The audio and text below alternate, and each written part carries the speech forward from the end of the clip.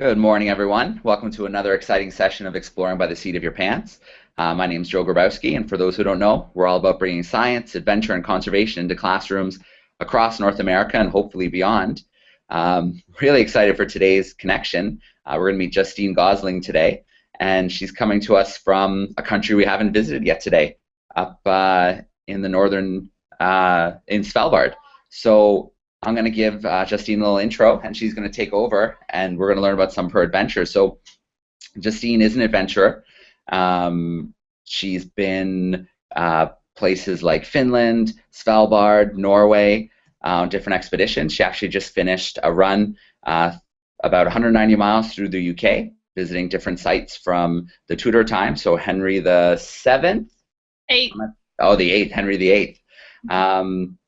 And so today we're connected to her from Arctic Svalbard. And the really cool thing about Justine's expeditions is she's doing the adventure, but she also likes to include a historical component. So there's a good educational piece to go along. So we're thrilled to have her joining us today from a spot a little colder than most of us are experiencing here in North America. So Justine, how are you doing? Hi, I'm really good, thank you. Great. Can you share the view for us? Because you showed us a nice little view this morning before you started. I did. So here you go. See the snowy mountains? See All that? right. It's So about we're minus 13 outside, which is oh, quite warm for here. yeah. Well, we're finally winter's finally let go. We're finally starting to get temperatures that are climbing, and I bet our class in Texas is having some pretty good temperatures too around this time. So Justine, we'll talk a little bit about some of your more recent adventures. Maybe Yeah. we'll start with your adventure, the Iron Curtain, where you kind of traced the historical route or the path of it. So there was some walking involved and some biking. Can you tell us a little bit about that expedition? Yeah, so I basically travelled the dividing line between the old Soviet Union and the whole of Europe that came about after World War II, and it came down about in 1991, and it's basically a dividing line that goes down through Europe that passes through 15 countries. So I went through the whole of those 15 countries, about 3,500 miles on my own 2 feet. So I walked the whole length of Finland from right up in the Arctic Circle, and then I cycled down from Russia all the way through Central Europe, ending at the Black Sea in Bulgaria, and met a lot of incredible people that have done some very inspirational things, who have got some incredible stories of survival, and have really played a part in their country's history. Okay. So that's a lot of countries to pass through. Did you have any trouble on any of the borders, or was it pretty smooth sailing as you were making your way through the route?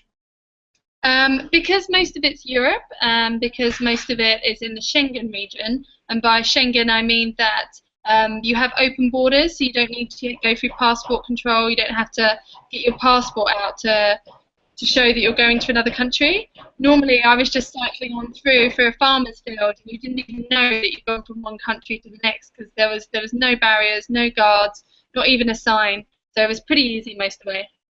Okay. So Justine, I'm going to share my screen very quickly. I pulled up the map of your route from the website. Ah, okay. So I'm going to share my screen very quickly so the students can get an idea. Did that come up? Yeah, I can see that. Okay. So correct me if I'm wrong, but you did the Finland portion, so up here at the top, on foot? Yes, so I walked the whole length of that country, nearly 1,000 miles. Okay. And then you continued on from bike there and then ended at the Black Sea. Yes, finished with a swim in the sea. Perfect, beautiful. I'm a big scuba diver, so the ocean and oh, I love the ocean. So wonderful spot to finish, I think. The Black Yeah. Sea. Perfect. Okay, so would you like to? I know you had a couple little pictures or stories. I think you mentioned Romanian family. Yeah, let me get some of those pictures up for you. Sure. So I'm just going to stop my share screen so you can take over. Well, can you see this board game here? You just need to do the share screen. Uh, which is back on. Oh no. That's okay. It's the green button on the left. Um, yeah. Oh, that button's not there. You see me now? That joke? And then you've got so the green share screen on the left, and then the very first option is share your whole desktop when it comes up.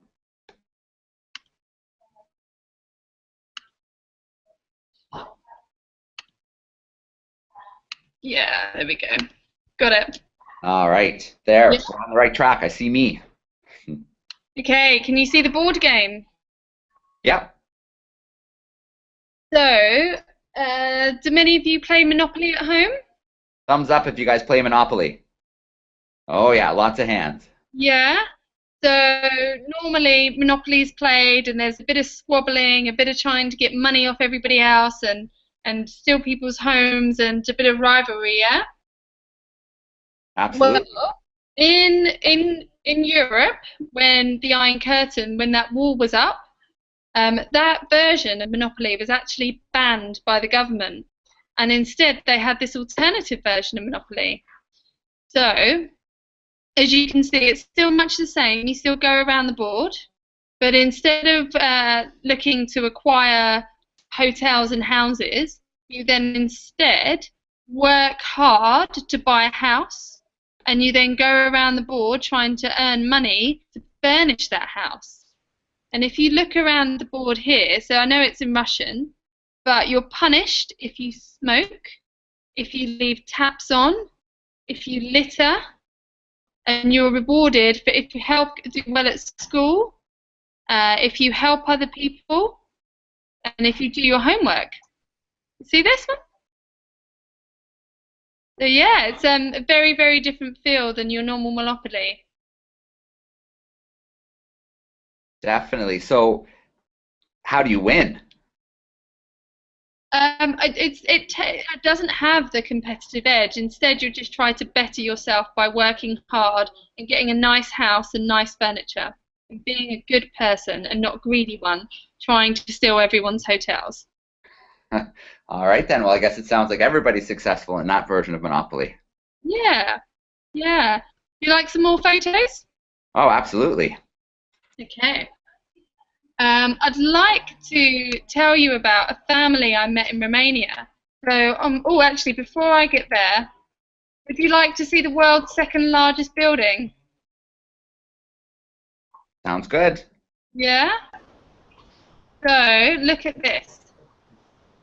So, this is the Parliament building in Romania, which is the world's second largest administrative building, only after your Pentagon. Now, it has over 1,000 cleaners a day. And it's huge above ground, but it's actually bigger below ground than it is above ground. And that's because it's got a huge nuclear bunker beneath it. I actually just flew over the Pentagon the other day. I was in Washington, D.C. for some conferences. Ah, well, you would have seen a bigger building than that. What else can I show you? Let me show you this family. So this is a family in Romania I was helping to raise money for. So this is a very poor family in Romania. It is a single mother with her 7 children, and she's done an amazing job with the help of the charity of raising these children and getting the family off the street and into permanent accommodation and making sure they go to school and do well and get an education.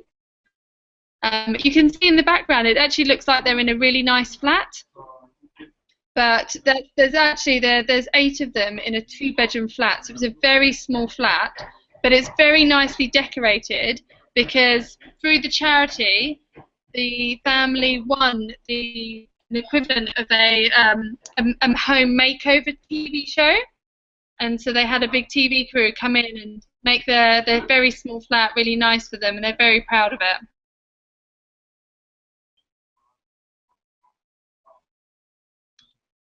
You guys catch that? Yep. Yeah. What else can I show you? Got lots of pictures. Let me show you this one. When I was just talking about cycling across borders, this landmark here is a tri-border. So this monument marks the spot where the countries of Romania, Hungary, and Serbia meet. They all meet there in the middle. And there's not so many of them around.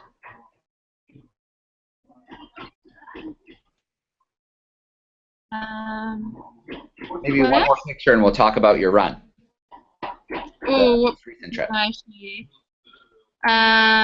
What about this one? This is a very beautiful building.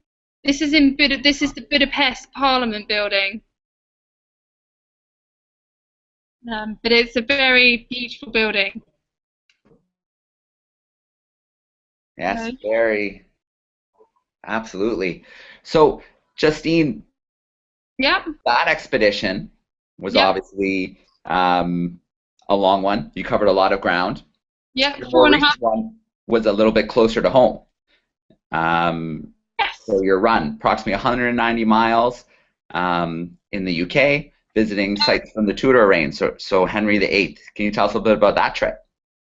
Yeah, so Henry VIII is a very famous monarch of ours, so the Tudors, and he's very well known and remembered because he had 6 wives, and that was unusual for the UK.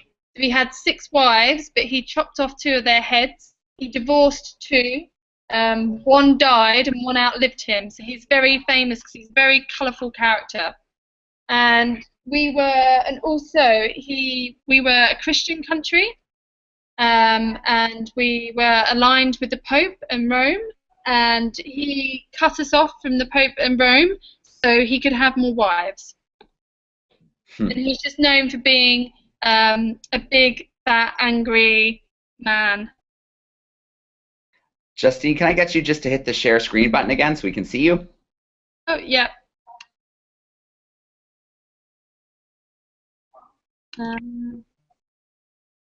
Oops.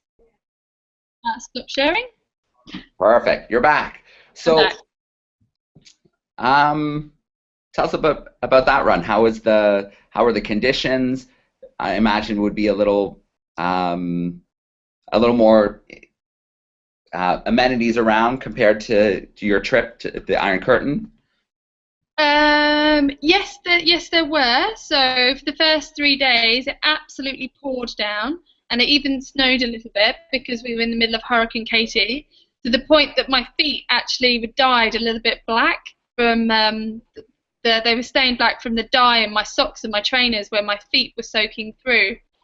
But then it got sunny, and along the way I was visiting historical castles, palaces, battlegrounds where the events for the Tudor monarchy took place. Okay. There's one in particular, you shared a picture a little bit earlier, that some students might recognize. Ooh, let's have a look. So I'm going to have to find the picture for you. I can show you. So look, can I just show you this one first? So this was the battleground where it all began, and there's me about to run off, and they were doing a reenactment weekend, so there's lots of people there living in tents and all dressed up as if they were in Tudor times. We just have to do the share screen option again, Justine. Oh, apologies. No, it's okay. Huh.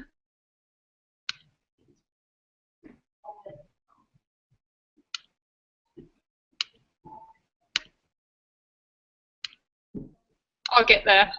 That's okay. It's their first Google Hangout. Yeah, sorry, so here's the photo. There's me about to set off. There's all these people dressed up as Tudors. And if I'm going to be honest, I ran away all high-spirited because I'd had a wonderful set-off. And then 50 meters down the road, I had to stop because my backpack, that was all I had for 2 weeks that I was living off.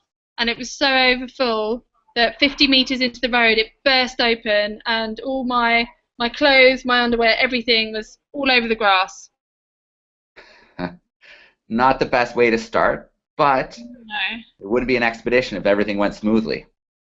Very true. Let me show you some more photos then. Can I tell you this story? This is a really interesting story, and I'll bring the photo. So one of our kings, that he was our last king to be killed in battle in the 13th century, and his body was lost, but they knew roughly it used to be where a church was. So if you can you see the car park with the ring there? Yeah. Yeah, so this is where the old church used to be, and it's now a car park. So they started digging up and excavated him and found that it was the king, and here he is. And they got DNA testing, and they tracked down his relatives from the 17th and 19th generation on from him to confirm his DNA, and then they reburied him in a cathedral. Amazing. There's so much history buried under areas like London. Yeah. Yeah. But could you imagine someone knocking on your door and you saying that you are an ancestor of a king and we'd like to take some of your DNA just to test that? Hmm. And you thinking that if history had been a bit differently, I could have been king.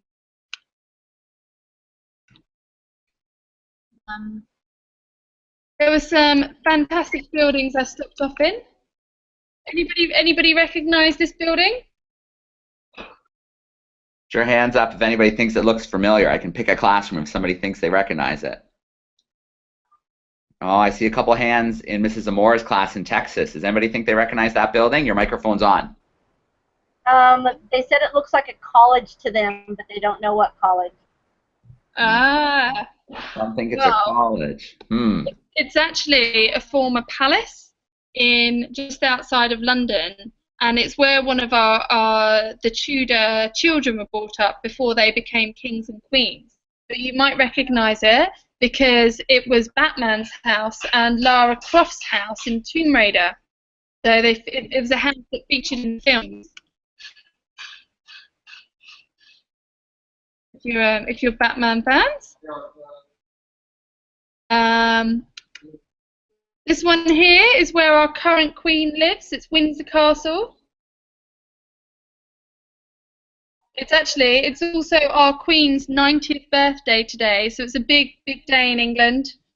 Lots of birthday cakes being made for the queen, and this is where she lives in London. Looks like a beautiful place. It's huge. It's huge. Yeah, and I was really lucky that some of my friends came to join me on the run. It was them, they came along to support me. And yeah, that was it. All right.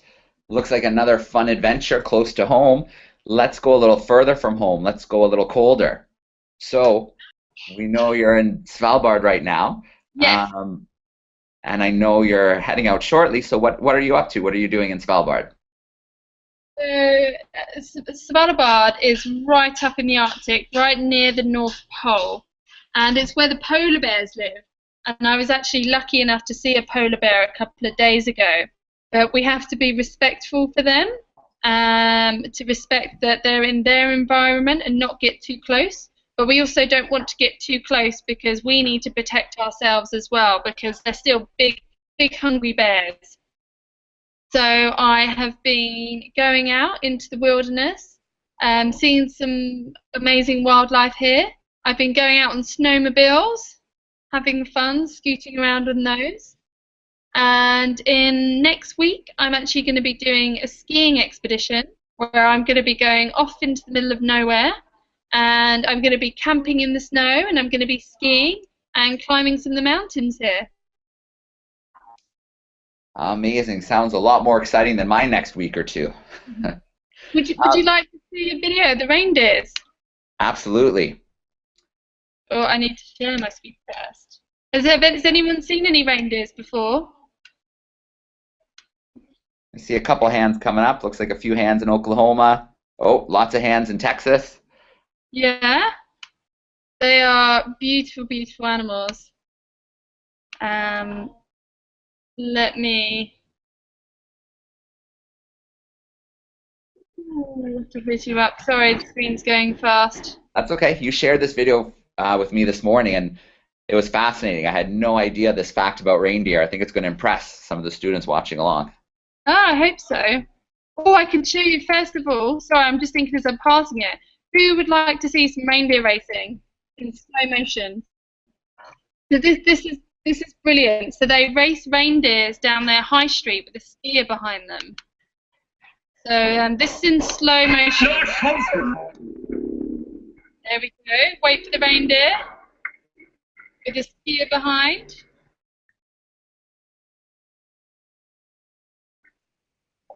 And this one lost his skier. He didn't hold on. I don't see why that is an Olympic sport. That looks like a lot of fun. Yeah, and that was down their high street. Can you imagine racing reindeers down your high street? Now back to the actual. So these are the reindeers up in the mountains. So have a look at this. And listen closely.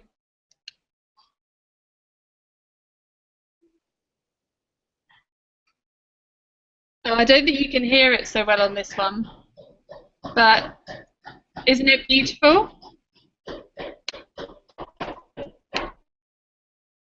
Let me find the noise one for you. Maybe.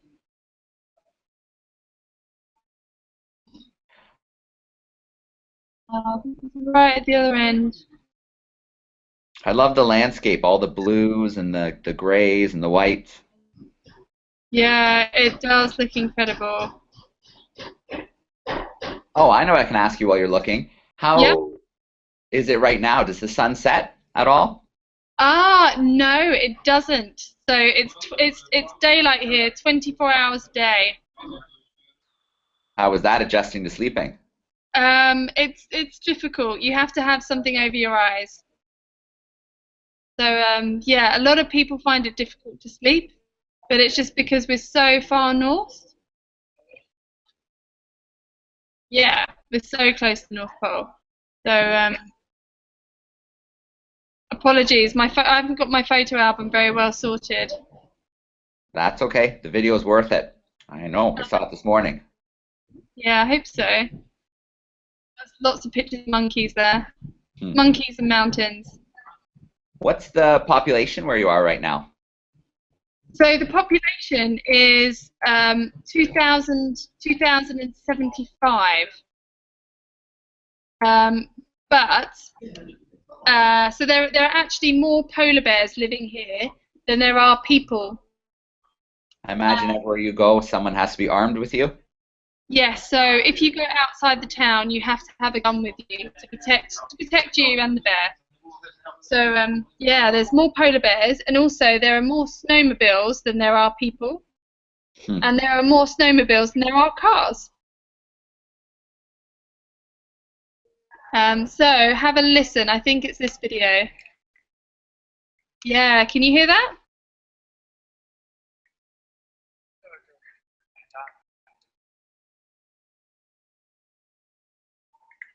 Can you hear that clicking? Yeah. If you listen closely, there's little clicking.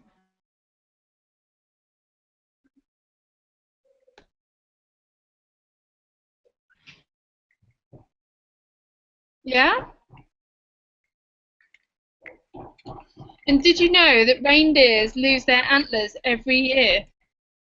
They shed them and grow new ones.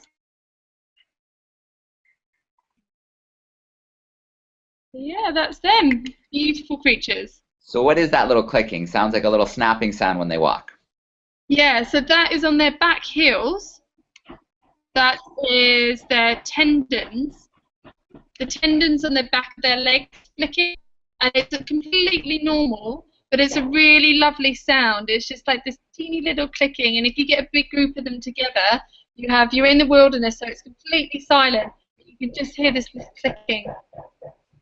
So I guess a reindeer could never sneak up on you then? No, they couldn't. No. You'd hear them coming. Yeah, you would. You would. All right. Well, I don't know about you, but I'm ready for some questions from the classrooms we have joining us live today. Yes, of course. And I'm just looking at the bottom as well. I know we have a couple other viewers. So for those who are just watching along, if you do have a question for Justine, you can put it right on the event page. I always keep an eye out on the event page, so even though you're not on camera, we can still get some of your questions in if you want to send some in. So joining us today, we have a grade 5 class from Enid, Oklahoma. We've got grade 3s joining us from Texas, and we have some grade 7/8s joining us in Orangeville, Ontario, so that's in Canada. So a couple classes from different spots in North America. So why don't we visit Texas first? We'll visit our grade 3s. Your microphone's on if you have some questions. Fire away. You got any questions for me? Yes, here she comes. There you go. Squat down, babe. Go. Hi, my name is Sophia. What's your favorite state that you've traveled to? Country? Where's your favorite place that you've traveled to? My favorite country? That you've traveled to. What's your favorite? I think I love Norway. I love Norway because of the reindeers, the polar bears, and it's just so beautiful. You have the snow. It's just a really fun, beautiful place to be. Thank you. Thank you. Can we ask another one? Absolutely. You can ask 2 or 3. Okay. Here we go. And my kids are looking all different directions because they're watching it on my phone, on tablets, on laptops. So, okay, go ahead, babe. What would you like to ask? Have you ever been in danger? Have you ever been in danger? Your most dangerous event?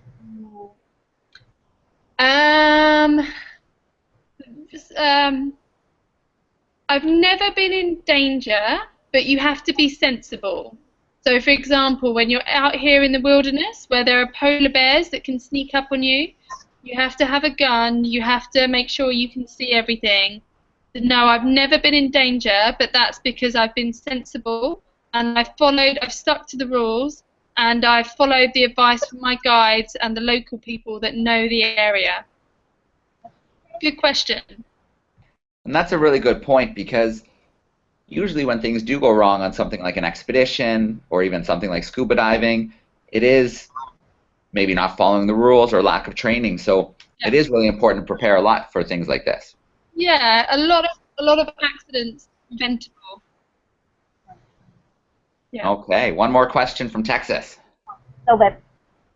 What is the tallest mountain that you've ever climbed? The tallest peak that you've ever climbed? The tallest peak. Oh, I haven't climbed that many tallest peaks, but whilst I'm here, I'm going to climb the tallest peak here, which is going to be covered in snow, and it's one of the it's the tallest peak that's closest to the North Pole. So it's the tallest peak at the highest part of the world. Well, then I think it counts as the tallest. All right.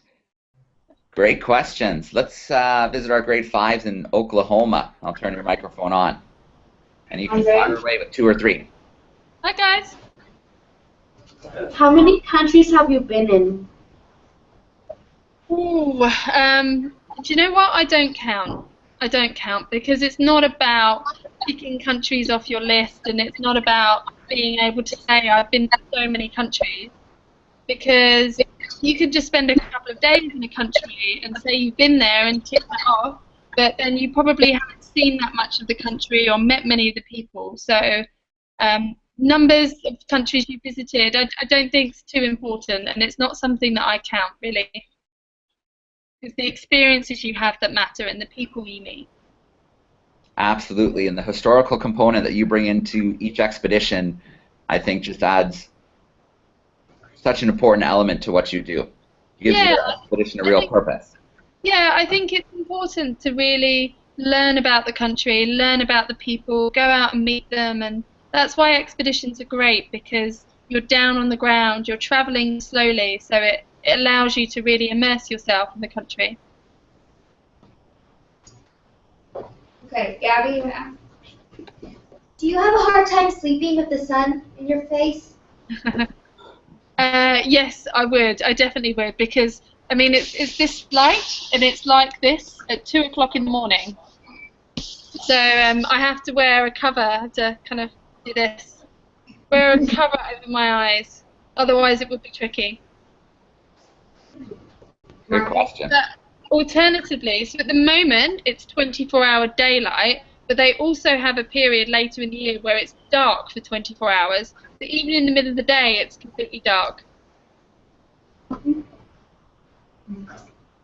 What was your favorite part of your adventure? Pardon? Say a little louder. What was your favorite part of your adventure? My favourite part? Ooh,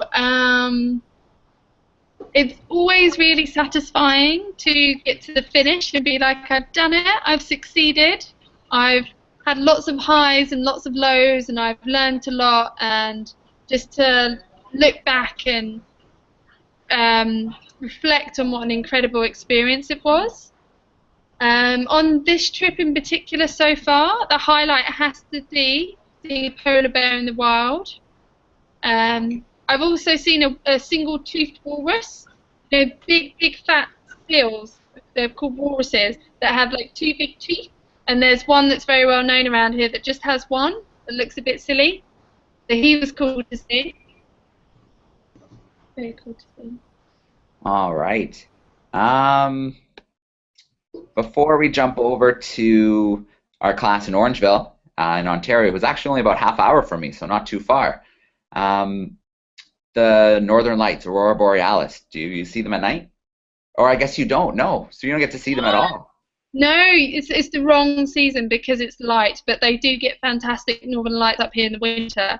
And I've been lucky enough to see them before, and literally the whole sky is dancing in colour, and it's almost musical the way it all moves. And if you're in the snow, because the snow is white, it reflects onto the snow as well. So it's the sea, it's the snow on the ground, and the sky, just all of these amazing colours and all dancing together.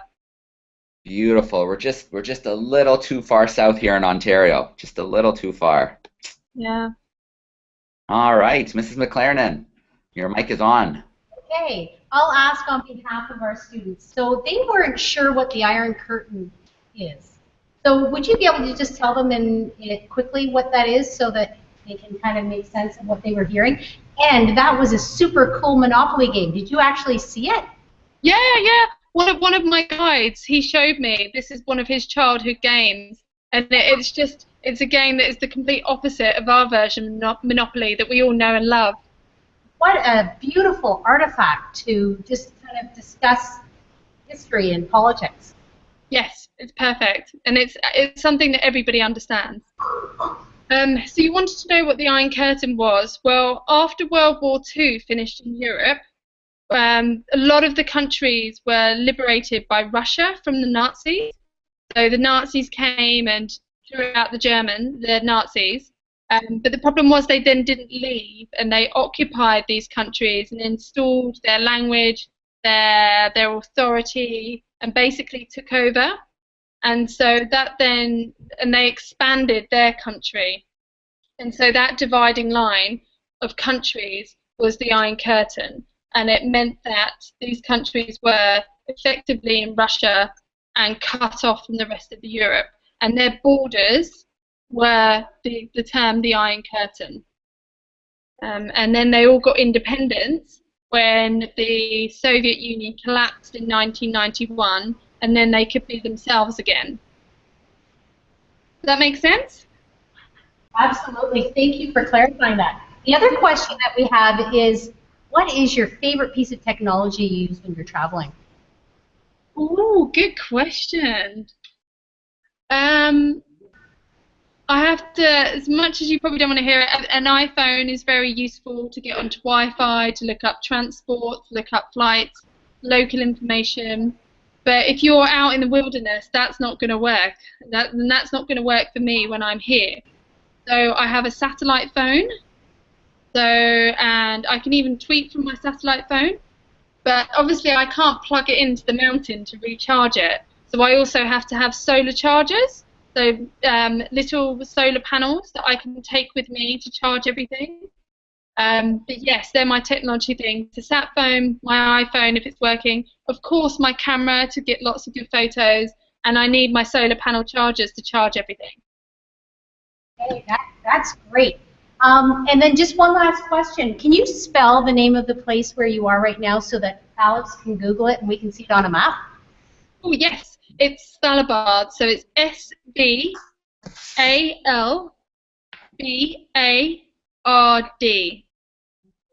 So it's right up in the north above Norway.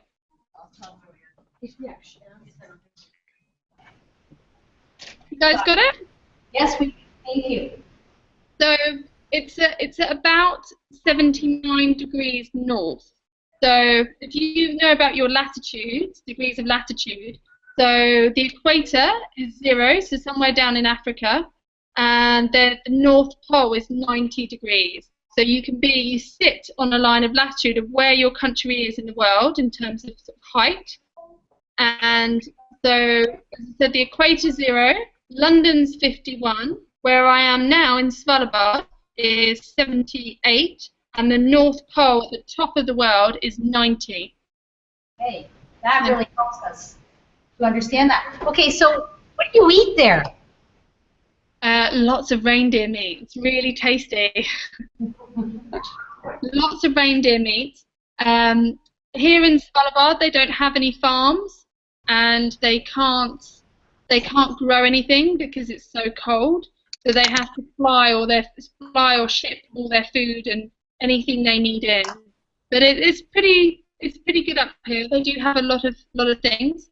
But when I'm on expedition and we're camping and we're not near anything, we'll be eating freeze-dried meals.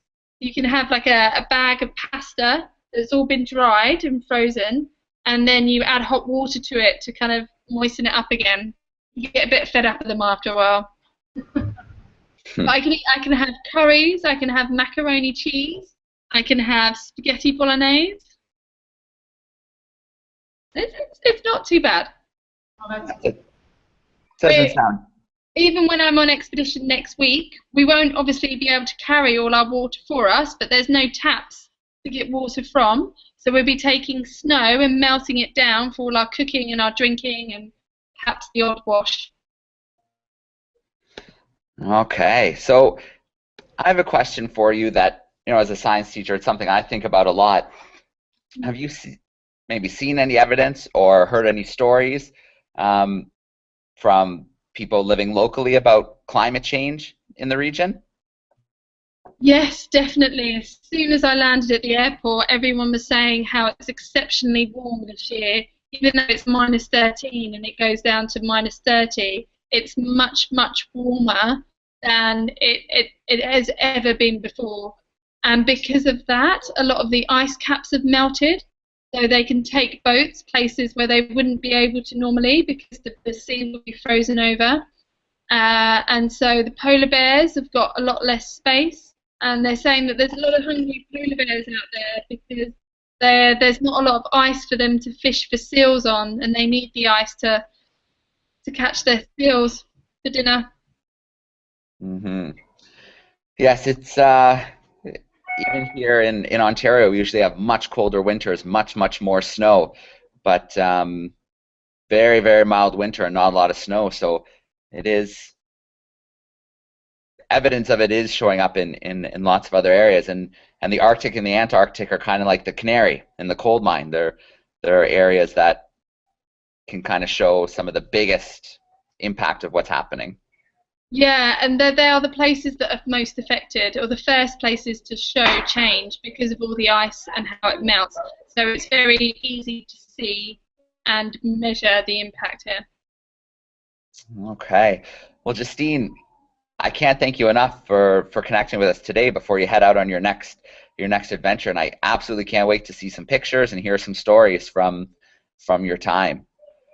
No, well, thank you very much for having me, and I hope that was of interest, and I hope I'll see you again. You will for sure.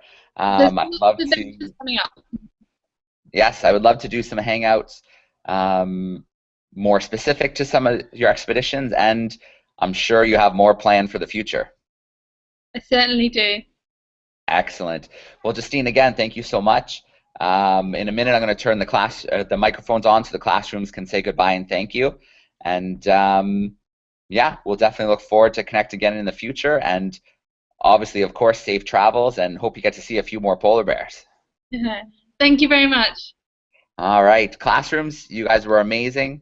Questions were awesome. I'm turning your microphones on so we can say goodbye and thank you to Justine, and then we'll log off for today. All right, thanks everybody. Thanks, guys. Have a good day at school. All right, thanks everybody. We're signing off for today. Bye. Bye. All right, Justine, we're officially off air. Yeah, okay. Yeah, so, yeah, we're still here. Who's just said that?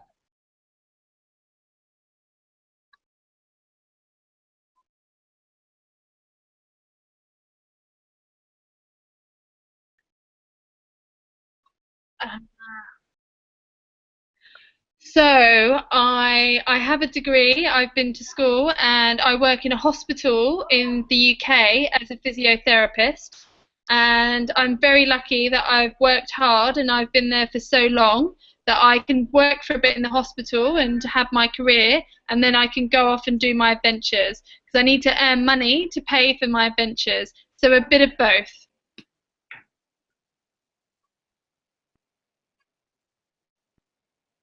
Yeah, I've been to university and yes, yes.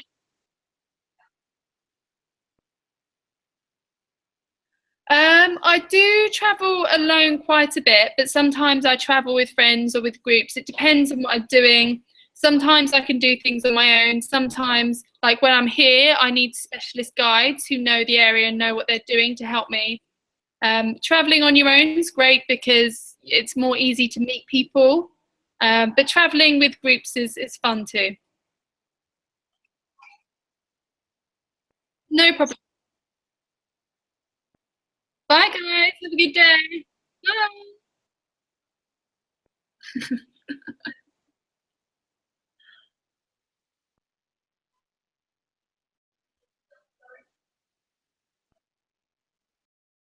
You there?